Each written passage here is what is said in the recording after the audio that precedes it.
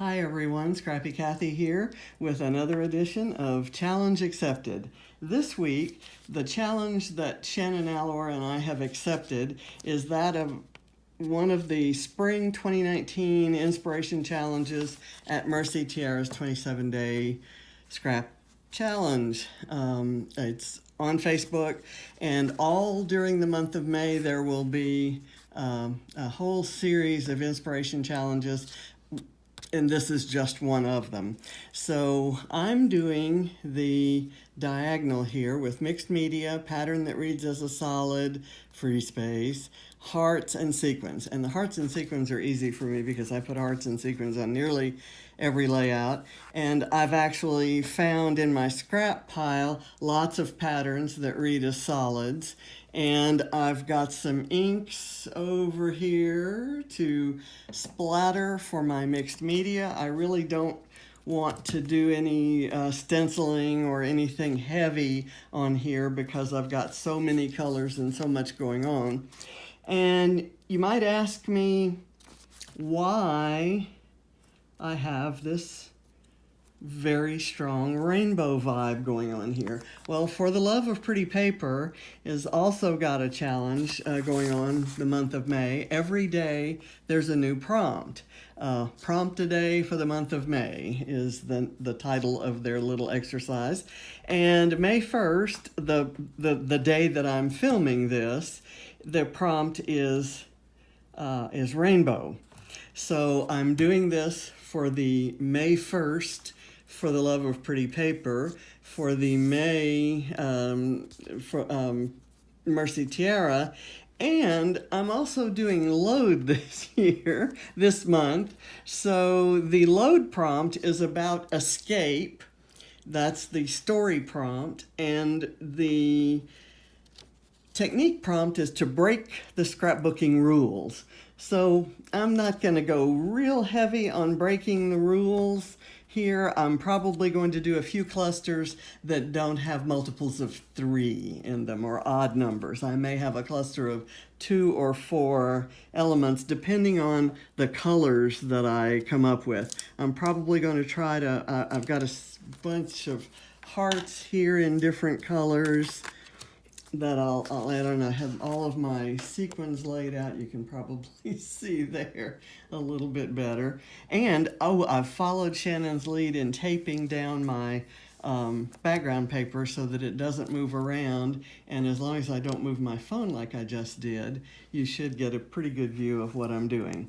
I have my Nuvo adhesive, which is the most incredible stuff since stuff was invented. Has a really, really fine tip. Let's see if you can see that. So it's great. I put a little dot on the paper and add a sequin, and that it's easier for me than using glue dots or anything like that for sequins.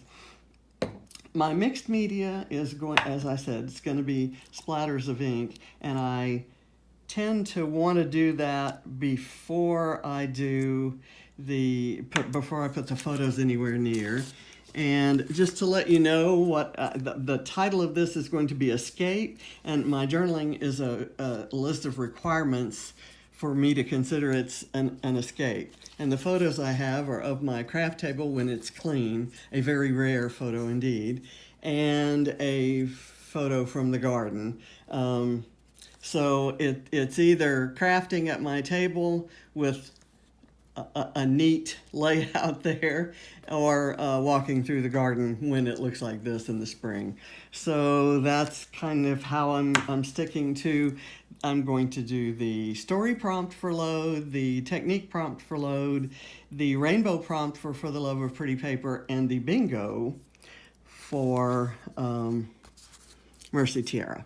Okay, let me get started. First of all, I've laid these out, kind of dry laid them, and I'm going to glue them down pretty much as you see them. I'm not going to get real particular about where they go. I've arranged them. This particular rainbow paper didn't just go, in Roy G. Biv order. It kind of shook it up a little bit, and we've got green at each end. And I'm going to kind of glue these things on a little wonky. Hoping that I get a kind of random, I just dropped them on the page and they fell like this sort of look. And I will not worry if I have some white spots kind of left behind, because that's where I'll stick some embellishments. Let's see, where did this blue go? I kind of already messed up. This is really going to have to be wonky for me to stick it right in here. I'll do that. Let it stick out there. Red is the next thing that comes up. As you can see, a lot of these patterns are patterns that would read as a solid. You could use them as a solid. So that satisfies one of the requirements of the Mercy Tiara Bingo. Let me get that in there. I've got some dark orange, some lighter orange, and I'm kind of lining them up with the colors on the... This is not as easy as I thought it might be. It's not saving as much time as I had hoped it would, but we'll troop along anyway. I've got some darker greens in the center than I have on the edges. I had a yellow that didn't get put into place. And that's okay, I can slip it in right here. And I don't want to interfere with my writing over there, so the problem with sticking things down at one point is that they're very easy to lift if you aren't careful. If you glue them at 2 points, and that's kind of a known rule of physics, if you glue them at 2 points, they'll stay glued. And I'm going to leave this bit of adhesive showing there. Okay. The reason I'm doing these like this is I may want to lift or cut or change something after I place the photos, or as I'm placing the photos or embellishing, and I want to leave myself some latitude to do that. Let me get this here, and I'm ready for pink now. So this kind of repeats the rainbow with green in the center and going out from there. This red paper I love. It has the really subtle dots on it and the kind of fence print. Almost a chain link look. And this orange is also something that could be used as a solid. This right here.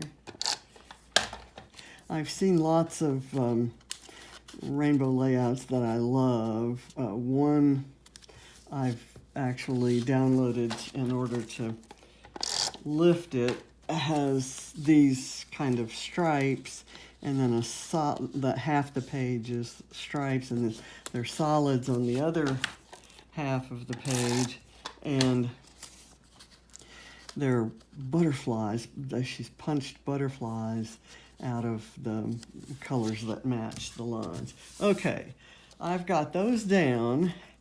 I think I'm going to do, because my journaling talks about scrappy stuff in this top part, and then it says, or a garden to tend, I'm going to lay the pictures like this,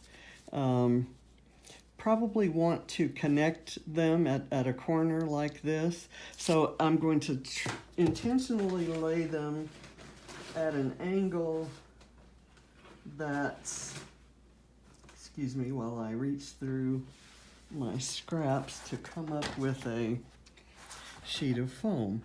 I want to lay them at an angle that's intentionally different from whatever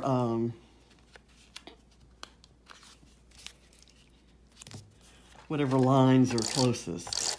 So, whereas I would not want to lay it right here on top of this parallel with that, I'd intentionally want to have it crisscross. But I have to be careful because I really don't want to hide that color of paper. So I'm going to do it at a little bit of a wonky angle there. And I'm going to do this. Well, maybe I will, maybe I won't. I don't like them being that far up the top. I'd like for them to be down. So I may have to lose that blue. It shows down below. I'm going to put it here, across there, and here. And here I'm going to stack up 2 pieces of foam so that it'll sit higher than the other. Let me see, those pieces need to be over on this side. That and that. And let me do this, and that's at an angle that's not the same as this, the line of this purple down here. I could lay it like this, but I kind of want to do either this or this. I think this is the winner. Okay, so I've got the photos there. Now, well, I said I was going to do the spraying with the photos nowhere around, and then I put the photos on before I did and I'm not spraying actually. I'm going to kind of do some sprinkles around in a few of the colors, not all of the rainbow colors, but I did the pink and the orange, some yellow, and I'm not trying to get these near the colors on the page.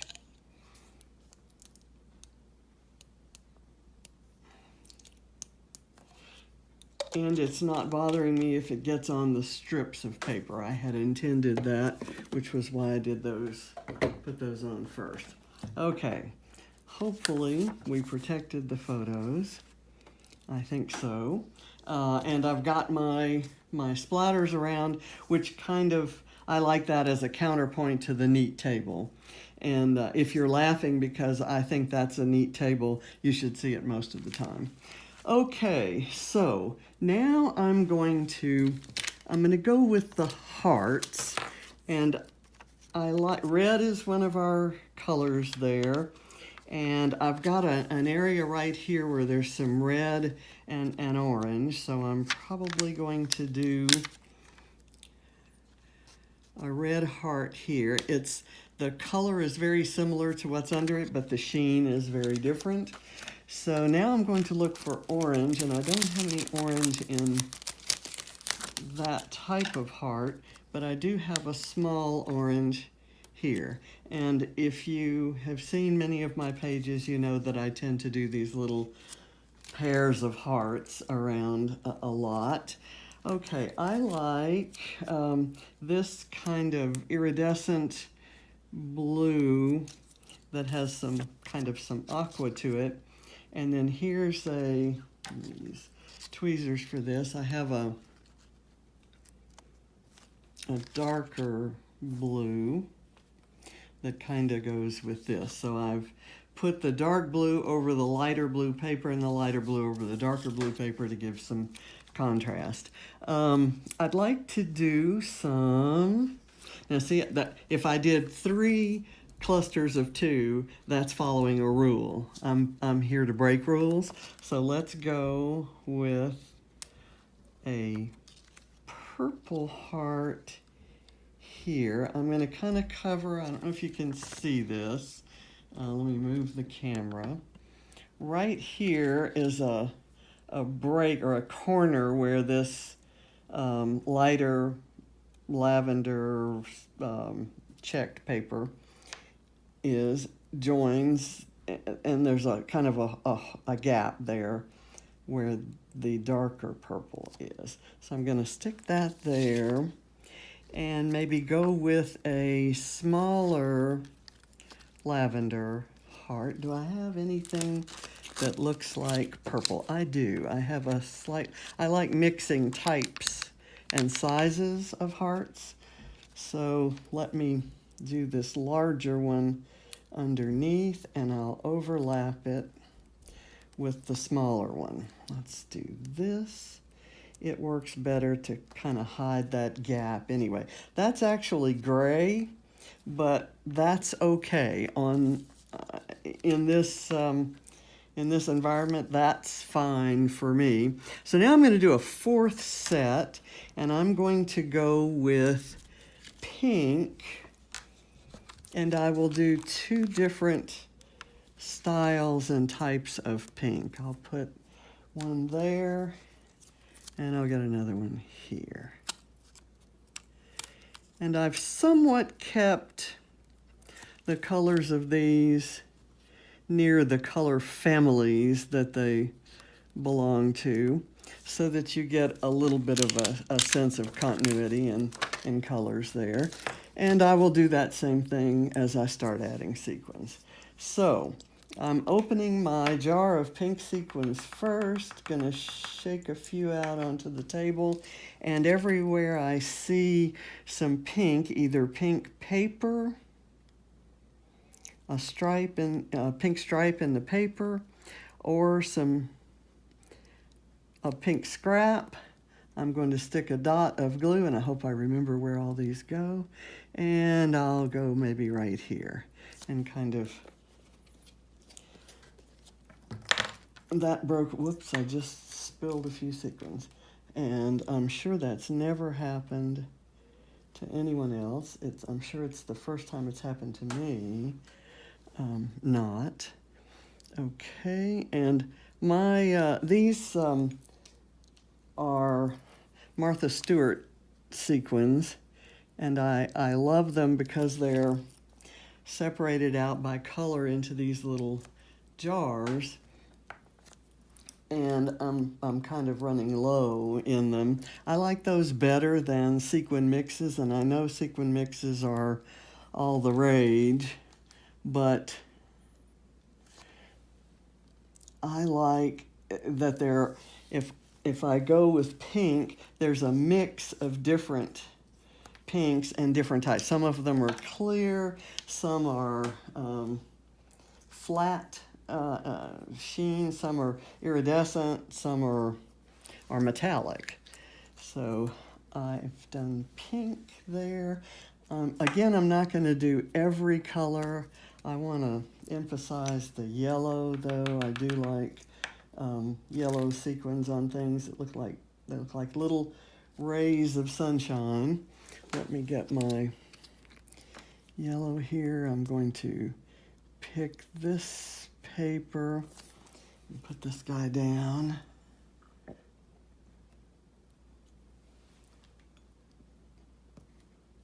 And find another, here's a spot. I like overlapping the sequin with the next color in the rainbow.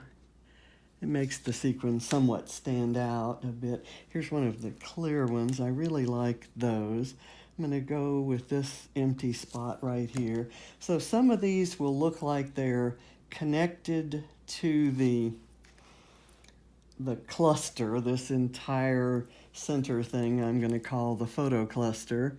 And some of them will be like more connected to the splatters.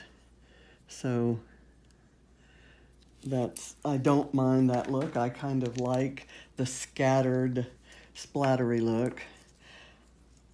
I don't have much aqua in the papers, and I covered up a lot up here. So I want to add some sequins to kind of make sure that color is represented because it's certainly one of my faves. I do more aqua and pink scrapping than any other colors, although if asked, I would tell you that purple is my favorite color. I'm going to add a sequin here close to these hearts. I've done so much wet gluing with my tweezers that they have become a little gluey themselves. I've got some aqua paper down here, and I'll just kind of put this one there. I've got blue, and I really don't have a true blue on the page. I'm going to skip blue and go with purple. And I do love purple, and I love these purple sequins. There's a nice variety. I like this metallic one, and I don't think I have any other metallics on there. Then there's this kind of mauve-looking purple, which I think would be nice over here, kind of overlapping that pink stripe on the paper. And that's a couple sequins kind of close together, and that's okay. It all looks, it's all meant to look random. Okay, I'm going for another one of these light colored ones. I'm going to cover up one of the orange splotches. That orange splotch on the purple band doesn't necessarily look too pleasing. Here's a darker purple that I think would be nice here with this dark purple polka dot. And just so you know, every single piece of paper in here came from from my scrap bin. Let me put this here. This is an extra purple. That's kind of breaking the rules. I have more of one color than I do of another. Is that a rule? I'm not sure I know what scrapbooking rules are to break them, but I do know the rule of threes is kind of an art rule. So I've kind of concentrated the embellishments up near the cluster. I have not yet put on a title.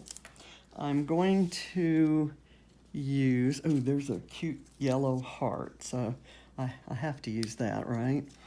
And I'm going to put it in a cluster with this little sequin. So something different. Okay. Let's see. I've got, for my title, I'm going to use the word escape.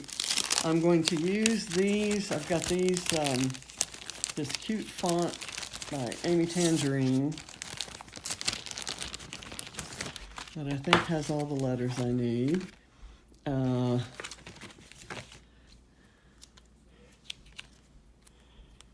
And let's see, I'm going to do this. I'm going to put it on the pink line.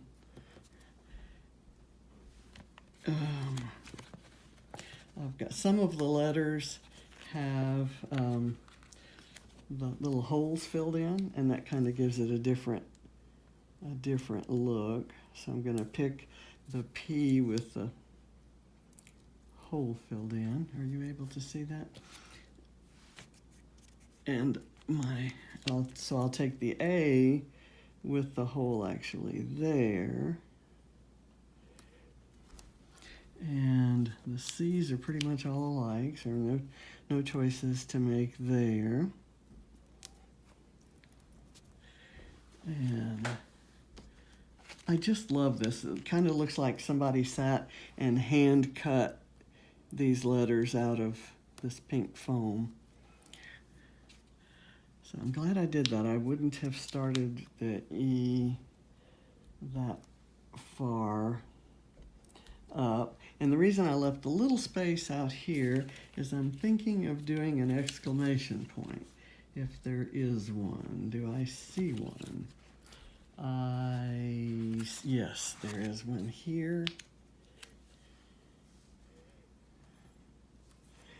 And I had thought about making it something like escape requirements or required to escape, but I think I'll do escape. And then the journaling just kind of speaks for itself. A kit ready to kill, sharp blade in my trimmer, ice water in my glass, lots of light, lots of photos to scrap, and scissors where I can see them.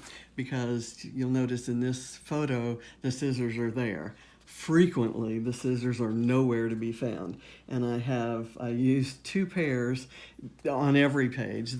These are my, these scissors have cut metal and cut through adhesive, so you can't use them for fussy cutting. And then I have my never used for anything but fussy cutting, the ones with the purple washi tape around them. And I need both, and there are a startlingly alarming number of times when I start out to work and I cannot find both, or maybe sometimes either. So my page is finished. Let me make sure that I've followed all the rules. Let me get my rule sheet out again. Okay, I needed mixed media, which are my ink splatters, a pattern that reads it as solids, and there are several patterns like that, this green stripe and the green dot, and they're just tone on tone kinds of prints, this green check. Hearts, certainly there are hearts around there. Sequins, there are sequins around there. It's definitely a rainbow vibe for the love of pretty paper. So I fulfilled Mercy Tiara's requirements on their bingo. I've done For the Love of Pretty Paper. I've done my load prompt for escape, and I've broken some rules, so I've done their technique prompt. So I think I'm done. This challenge, or actually these challenges, are accepted. Check out Shannon's version of this challenge accepted on her channel, and the link will be in the description of this video. Enjoy. Let me know how you feel.